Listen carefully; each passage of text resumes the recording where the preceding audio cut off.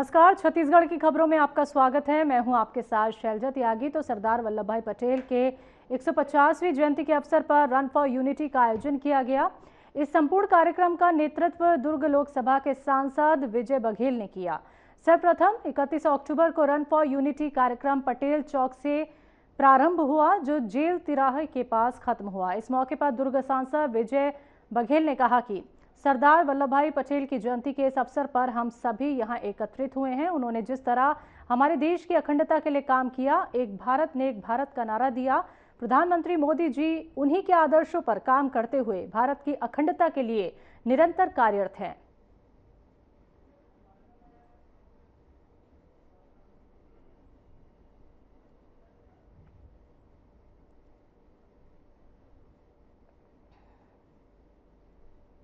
कि मेरे साथ आप निश्चित ही जिनकी आज हम जन्म जयंती 150वीं उनकी वर्षगांठ मना रहे हैं, अखंड भारत के प्रणेता लौह पुरुष सरदार वल्लभ भाई पटेल जी की आज हम 150वीं जयंती मनाते हैं। युवाओं के लिए प्रेरणा स्रोत है। उन्होंने बरसों देश को अखंड रखने का जो उन्होंने प्रयास किया, जिस प्रकार से कश्मीर से लेकर कन्याकुमारी तक, अटक से लेकर कटक तक भारत एक है और अखंड भारत की उन्होंने कल्पना किया। उस कल्पना अब माननीय मोदी जी के 2014 के बाद से साकार होने जा रही है। 370 का मामला, विभिन्न प्रकार के जो मुद्दे थे भारत को अखंड और एकता में सूत्र में बांधने के लिए, वो काम का आज हम 150वीं जयंती मनाएं। जो वहाँ सीधा सीधा देख रहे हैं और इस तरह से आप देखे होंगे ना, पटेल चौक से हमने पद यात्रा शुरू की। यहाँ पे भी लगातार लोग, स्कूल सालों के छात्राएं, विभिन्न वर्ग के लोग, डॉक्टर, चिकित्सक, व्यवसायी लोग, चैम्बर ऑफ कॉमर्स लोग, ये सब हमारे साथ जुड़ते हुए आगे बढ़े हैं। निश्चित ही एक अखंड भारत का जो सपना देखने वालों के लिए बहुत ही अच्छा शिकार है और हम 150वीं जयंती में छत्तीसगढ़ वासियों को बहुत बहुत बधाई देते हैं डॉक्टर के जन्म जयंती। कल रजत जयंती मनाने जा रहे हैं, तो क्या कहना चाहेंगे कि किस प्रकार लोगों को अपने घर से भी मनाना चाहिए, क्या संदेश है? 1 नवंबर 2000 देश के पूर्व प्रधानमंत्री भारत रत्न अटल बिहारी वाजपेयी की दूरदृष्टि के कारण छत्तीसगढ़ का निर्माण हुआ। आज हमारा छत्तीसगढ़ 25 वर्ष रजत जयंती वर्ष में युवा अवस्था में निश्चित तौर पर बहुत हर्षोल्लास था और बहुत ही सौभाग्य हम लोग का कि 1 तारीख को छत्तीसगढ़ शासन के जो राज्य स्थापना दिवस है, उसमें देश के सम्मानित प्रधानमंत्री नरेंद्र मोदी जी आ रहे हैं और उसको सुनना सब चाहते हैं। और 25 सालों में हमारा छत्तीसगढ़ में विभिन्न तरह की गाथा की थी, विकास की गाथा की थी। आने वाला जो आत्मनिर्भर भारत है, विकसित भारत 2047 संकल्प छत्तीसगढ़ राज्य के इसमें सहयोग रहेगा, ऐसी परिकल्पना है और हम सब भारतीय जनता पार्टी और जन सामान्य को सुनने जा रहे हैं। सरदार वल्लभ भाई पटेल जी के 150वीं जयंती पे हम सब यहाँ उपस्थित हुए हैं। उन्होंने इस देश के लिए जो कर दिखाया, स्वतंत्र भारत के पहले गृह मंत्री रहते हुए उस संकल्प को उन्होंने पूरा किया कि देश अखंड रहेगा, अक्षुण्ण रहेगा। और जितने भी इस देश में बटे हुए राज रजवाड़े थे, मुगल साम्राज्य था, उन सब को लगभग 565 ऐसे मुगल साम्राज्य और रजवाड़ों को एक करके अखंड भारत का निर्माण किया, जिसमें हम सब एक भारत नेक भारत, एक राष्ट्र श्रेष्ठ राष्ट्र के उस मन से आज हम लोग जी रहे हैं।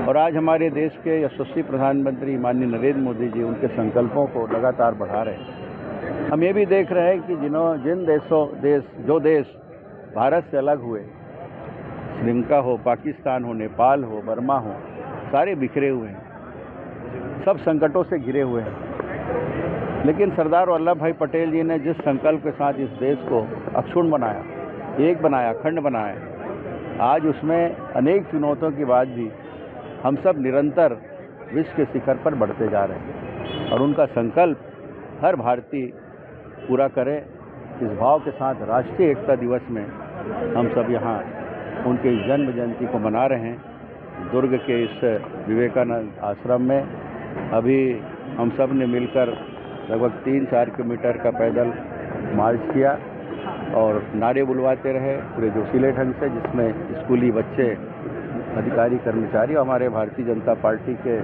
सभी प्रमुख नेता, जिला के अध्यक्ष सुरेंद्र कौशिक जी, भाई पुरुषोत्तम देवांगन जी, भाई जितेंद्र जी, यहाँ की महापौर अलका जी, हमारे जनपद के अध्यक्षगण और जिला पंचायत के उपाध्यक्ष जी, सब हमारी माताएं बहनें सब यहाँ उपस्थित थीं और उल्लास इस कार्यक्रम का हमने समापन किया। इस संकल्प के साथ जो हमने शपथ लिया उसको जीवन भर उतारेंगे और भारत के इस देश के लिए अपना समर्पण भाव हमेशा दिखाते रहेंगे। क्रांति सेना बंद का आह्वान कर दिया आज लोगों ने बुराई की, क्या कहना चाहेंगे? देखिए, वो अपना काम कर रहे हैं, उसके मन में क्या भाव है ये मैं नहीं जानता, लेकिन ये गलत है।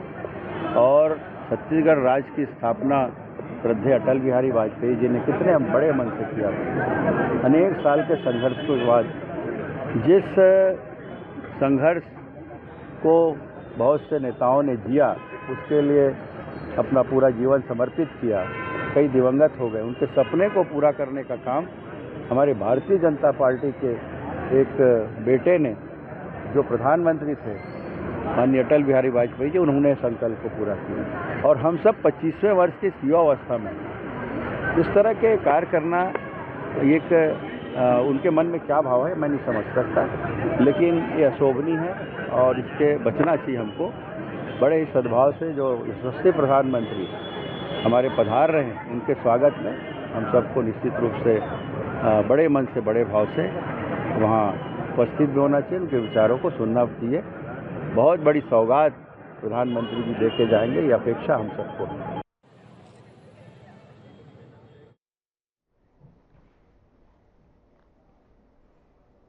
तो कांकेर जिला पंचायत में बना पर्यावरण पार्क प्रशासन की अनदेखी के चलते कबाड़ घर बन गया है। गंदगी का आलम यह है कि लोग उस तरफ देखना तक पसंद नहीं करते। जिला स्तर के अधिकारियों जनप्रतिनिधि को इस बारे में जानकारी देने के बाद भी पार्क की स्थिति जस की तस बनी हुई है। हमारे सहयोगी ने मौके पर जाकर पार्क की स्थिति का जायजा लिया।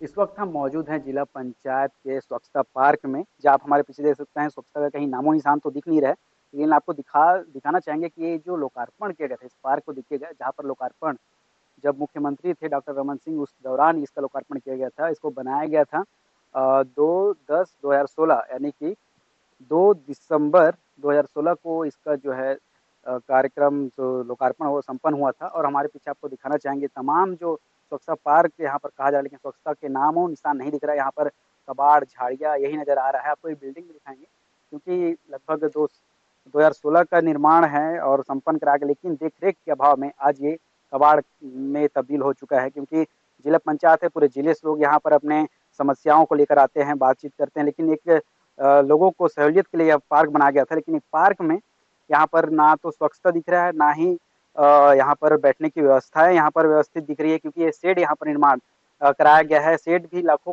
करोड़ों की लागत से यह निर्माण कराया जा रहा होगा जब इसका निर्माण किया गया, लेकिन देख रेख के अभाव में देख सकते हैं बैठने का यहाँ पर चेयर बनाया गया था, लेकिन ये बैठने अभाव के चलते ये चेयर का भी हालत खराब, कंडम हो चुका है। यहाँ पर रखे टेबल्स भी खराब हो चुके हैं। साथ ही इधर देखेंगे कि झाड़ियाँ उगाई है, पूरा बैठने का जो चेयर है उसमें सारे झाड़ियाँ उगाई है।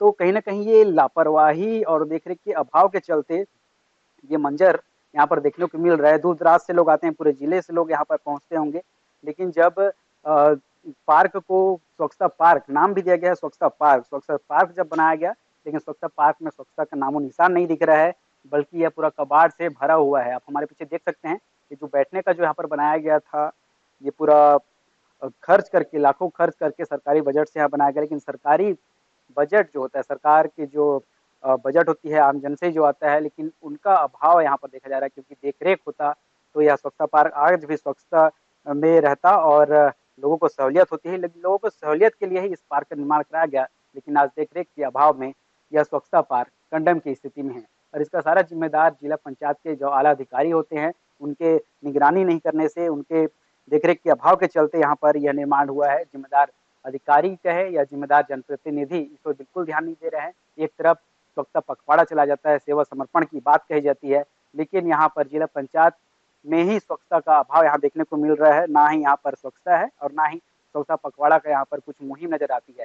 आए दिन हमने देखा स्वच्छता पखवाड़ा भी पिछले दौरान मनाया गया, लेकिन स्वच्छता पखवाड़ा पूरे देश में दिखाया जाता है, लेकिन क्या जिला पंचायत का जो आला अधिकारी हैं, जो जिम्मेदार नेता हैं, उनको यह स्वच्छता का जो शेड बनाया गया, स्वच्छता पार्क बनाया गया था, वो दिखाई नहीं देता। ये बड़ा सवाल है। और छत्तीसगढ़ अपना 25वां स्थापना दिवस भी मनाए जा रहा है और 1 नवंबर को स्थापना दिवस मनाया जाएगा यहाँ पर, जहाँ पर देश के प्रधानमंत्री नरेंद्र मोदी खुद शामिल होंगे और स्वच्छता का बात हमेशा करते हैं अपने मंचों पर, स्वच्छता पखवाड़ा से सेवा समर्पण की बात कहते हैं, लेकिन ये पार्क आज स्वच्छता के अभाव और देखरेख के अभाव के चलते अपनी दयनीय स्थिति, कंडम स्थिति में यहाँ पर देखने को मिल रहा है। अब आने वाले समय में देखना ये होगा कि क्या जिम्मेदार अधिकारी और नेता इस स्वच्छता पार्क को फिर स्वच्छ कर लोगों को बैठने या फिर उनकी कुछ देर आराम करने के लिए ये सिस्टम बनाते हैं, या फिर यह स्वच्छता पार्क जो है अभी भी अपने कंडम स्थिति में रहेगा और आने वाले समय में क्या ये इन्हीं अपनी बदहाली पे रोता रहेगा या फिर ये स्थिति इसको दुरुस्त यहाँ पर किया जाएगा, ये देखने वाली बात रहेगी। कैमरामैन शुभम के साथ अनिल नेताम, हर खबर, छत्तीसगढ़। बीजापुर जिले के नेबेड पंचायत में महात्मा गांधी राष्ट्रीय ग्रामीण रोजगार गारंटी अधिनियम के तहत गाय शेड और बकरी बकरा शेड निर्माण कार्यों में लगभग 6 लाख रुपए के भ्रष्टाचार की शिकायतें सामने आई हैं, जिसमें आरोप है कि इंजीनियर, एसडीओ, पंचायत सचिव, सरपंच और ठेकेदार ने नियमों का उल्लंघन करते हुए निर्माण कार्य ठेकेदार से करवाया, जबकि मनरेगा के तहत मजदूरों या लाभार्थियों द्वारा काम करवाने का प्रावधान है। इसके अलावा फर्जी बिल और वाउचर तैयार कर सरकारी धन का गलत इस्तेमाल किया गया। तो वहीं इस लापरवाही और अनियमितता के चलते सरकारी पैसे का भारी नुकसान हुआ है।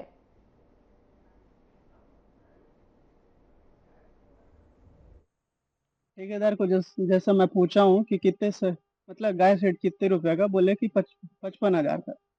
जिस प्रकार देखा जाए तो ये लगभग 30-35 हजार का खर्चा है। जस्ट सरपंच और सचिव बाकी पैसा खा देते हैं, तो इतना में 30-35 हजार में कितना कितना अच्छा बनेगा। ऐसा लगभग सीमेंट और रेती से बना है, तो लगभग 10-15 साल चलने लायक है, बट ये 2 साल में गिर रहा है। अभी जस्ट 2-1 साल में फिर सीधा गिर जाएगा बकरी शेड। वो लगभग ऐसी मेरे को जैसा ठेकेदार को मैं पूछा हूँ तो लगभग 25-30 हजार का बोले, और यहाँ लगभग 10 से 15 हजार रुपए का खर्चा आया होगा इसमें। ऐसी ठेकेदार बोल रहा था। हितग्राही के बोल रहे थे, जैसा आप लोग क्वेश्चन कर रहे हो, तो हितग्राही बोल रहे हो, तो उसमें हितग्राही के अकाउंट में तो डला ही नहीं पैसा। वो जस्ट लेबर के थ्रू जिसमें एक जन का अकाउंट नंबर मांगे, तो उनके अकाउंट में लगभग 2,000 ऐसे करके उनके अकाउंट में डलवाए। काम जो कराया ना, तो मतलब जैसे काम कराया उनके अकाउंट में डलवाए, 2-3 हजार करके, किसी के अकाउंट में 5,000 ऐसे करके डलवाए एक अकाउंट में। ज्यादा 300 मीटर गया, ज्यादा नहीं। अच्छा, कितने ट्रिप रेती गिराए? 2 ट्रिप रेती गया। 2 ट्रिप। इसमें जो फ्लोरिंग हुआ है, फ्लोरिंग की है, इसमें बड़ा बोल्डर और छोटा गिट्टी अच्छा बेस बनाए? नहीं डाले। तो फिर कैसा किए? वैसे मसला मिला के फ्लोरिंग कर दे। तो यहाँ कौन ला के बना के दिया? वही ठेकेदार बनाया। कौन ठेकेदार, क्या नाम के? आंध्रा वाला है कि कहाँ मदड़ वाला बोल रहे हैं। मदड़ वाले? हाँ। तो आपको क्या लगता है कितना पैसा का खर्च हुआ होगा? बहुत पैसा है, मेरे को पैसा अभी बचा नहीं है, पार्टू काम कर रहा हूँ। अच्छा, ये जो सेट बनता है, सेट का पैसा डायरेक्ट हितग्राही के अकाउंट में आता है, क्या आपके अकाउंट में आया था पैसा? नहीं आया। नहीं आया। हाँ, मतलब तो फिर किसके अकाउंट में आया था पैसा? उनके सचिव के। सचिव? क्या नाम के हैं सचिव? शशि तेलम। सचिव आपके सचिव का क्या नाम? शशि बेरा शशि अशोक है क्या? शशि तेलम बोलो ना। हाँ, शशि तेलम। सचिव शशि तेलम। बीजापुर कलेक्टर संबित मिश्रा ने छत्तीसगढ़ में बिहार की तर्ज पर मतदान सूची के तहत एसआईआर को लेकर एक प्रेस वार्ता की, जहां इस दौरान उन्होंने मतदाता सूची की सटीकता और निष्पक्षता सुनिश्चित करने के लिए इस निरीक्षण को बहुत आवश्यक बताते हुए कलेक्टर ने कहा कि इस प्रक्रिया के तहत मतदाता सूची में शामिल नामों की विस्तार से जांच की जाएगी, ताकि कोई भी त्रुटि या गलत जानकारी रहित हो। तो साथ ही उन्होंने स्थानीय प्रशासन और संबंधित अधिकारियों को मतदाता सूची के पुनरीक्षण और सुधार में पूरी तत्परता और ईमानदारी से काम करने के निर्देश भी दिए हैं। तो आपको बता दें कि ये निरीक्षण चुनाव प्रक्रिया की पारदर्शिता और वैधता को मजबूत करने के उद्देश्य से किया जा रहा है। तो जैसा कि बिहार में किया गया था, तो वहीं इस विषय में अलग अलग विभागों और अधिकारियों का सहयोग लिया जा रहा है, ताकि हर मतदाता का सही रिकॉर्ड सुनिश्चित किया जा सके।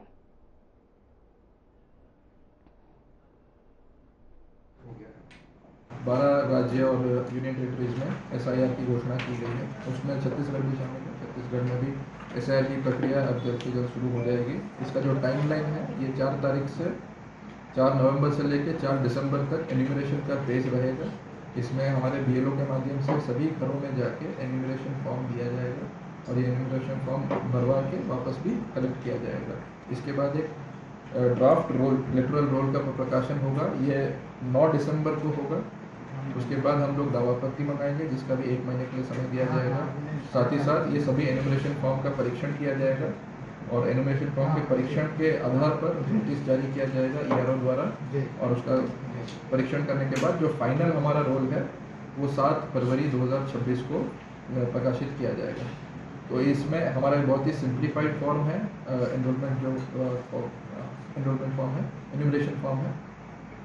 उसमें सिर्फ 1 पेज का फॉर्म है, उसके पीछे एक इंफॉर्मेशन शीट है जिसमें अलग अलग तरह के दस्तावेज जो मान्य हैं जिससे अगर पूछा जाएगा तो वो दस्तावेज उनको प्रस्तुत करना पड़ सकता है। ये जो एन्यूमरेशन फेज रहेगा इसमें कोई भी दस्तावेज BLO द्वारा नहीं लिया जाएगा। इसमें बस जो आधारभूत उनकी जानकारियाँ हैं उसको कंप्लीट भरना पड़ेगा। उद्देश्य ये है कि 2003 में भी SIR हुआ था राज्य में, उस 2003 के SIR की जो सूची है उससे अगर कोई ना कोई लिंक बैठ पा रहा है उस नागरिक का तो फिर उसमें हम लोग को दस्तावेज का रिक्वायरमेंट काफ़ी कम रहेगा। तो इसमें मैं अपील करूँगा कि सभी लोग अपना पूरा कोऑपरेशन दें। अपना जब भी हमारे BLO विजिट करेंगे घर में तो जो भी जानकारी आपके पास है उसको आप लोग साझा करें ताकि ये प्रोसेस बहुत ही पारदर्शी तरीके से बहुत ही स्मूथ हो। नमस्कार। सरदार वल्लभ भाई पटेल की 150वीं जयंती के मौके पर कांकेर जिला मुख्यालय में यूनिटी मार्च का आयोजन किया गया। इस मौके पर सांसद, विधायक, जिला प्रशासन के अधिकारी और स्कूली बच्चों ने एक साथ दौड़ लगाकर राष्ट्रीय एकता और अखंडता का संदेश दिया।